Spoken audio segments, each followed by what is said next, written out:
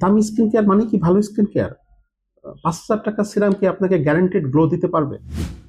আমি pharmacist Shahriar Arifin, your story teller. আজকে কথা বলবো এক্সপেন্সিভ প্রোডাক্ট মিথ নিয়ে। সোসাইটি আসলে আমাদের কাছে কিছু মিথ সোল্ড করেছে, আমাদের মনে ঢুকিয়ে দিয়েছে ইম্পোর্টেড মানেই ইফেক্টিভ, লাক্সারি ব্র্যান্ড মানেই বেস্ট রেজাল্ট, হাই প্রাইস মানেই হাই কোয়ালিটি। কিন্তু সত্যি হলো অনেক সময় মার্কেটিং বাজেট ইনগ্রিডিয়েন্টের চেয়েও কোনো কোনো কোম্পানির বেশি হয়। আসুন আমরা জানি the science reality.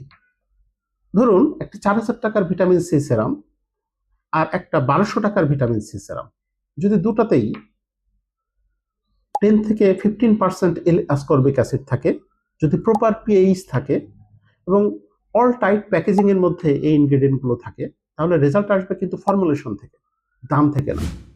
Skin care কাজ করে ইনগ্রেডিয়েন্ট, অ্যাক্টিভের কনসেন্ট্রেশন, স্টেবিলিটি এবং কনসিস্টেন্সির উপরে।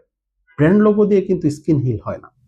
একজন স্টুডেন্ট তার পকেটের জমানো টাকা দিয়ে একটা এক্সপেন্সিভ ক্রিম কিনলো, ৩ মাস পরে বলল ভাই কাজ তো করলো না, কারণ তার স্কিন টাইপ অয়েলি আর সে কিনেছিল dry skin luxury cream. Problem ছিল কি? প্রবলেমটা ছিল মিসম্যাচের, এখানে কিন্তু প্রাইস না। So what actually matters? Matters সঠিক রুটিন, নিয়ম অনুযায়ী, স্কিন টাইপ অনুযায়ী একটি ভালো ক্লিনজার ইউজ করতে হবে, টার্গেটেড ইনগ্রেডিয়েন্ট অনুযায়ী ট্রিটমেন্ট গাইডলাইন ফলো করে ট্রিটমেন্ট নিতে হবে, একটা ভালো মানের ময়শ্চারাইজার ইউজ করতে হবে এবং সানস্ক্রিন মাস্ট।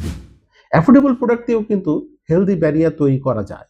গ্লো আসে নলেজ থেকে, প্রাইস ট্যাগ থেকে না। স্কিন কেয়ারে ইনভেস্টমেন্ট করুন ইনগ্রেডিয়েন্টে, নট ইমপ্রেশনে। The science behind your skin. Thank you.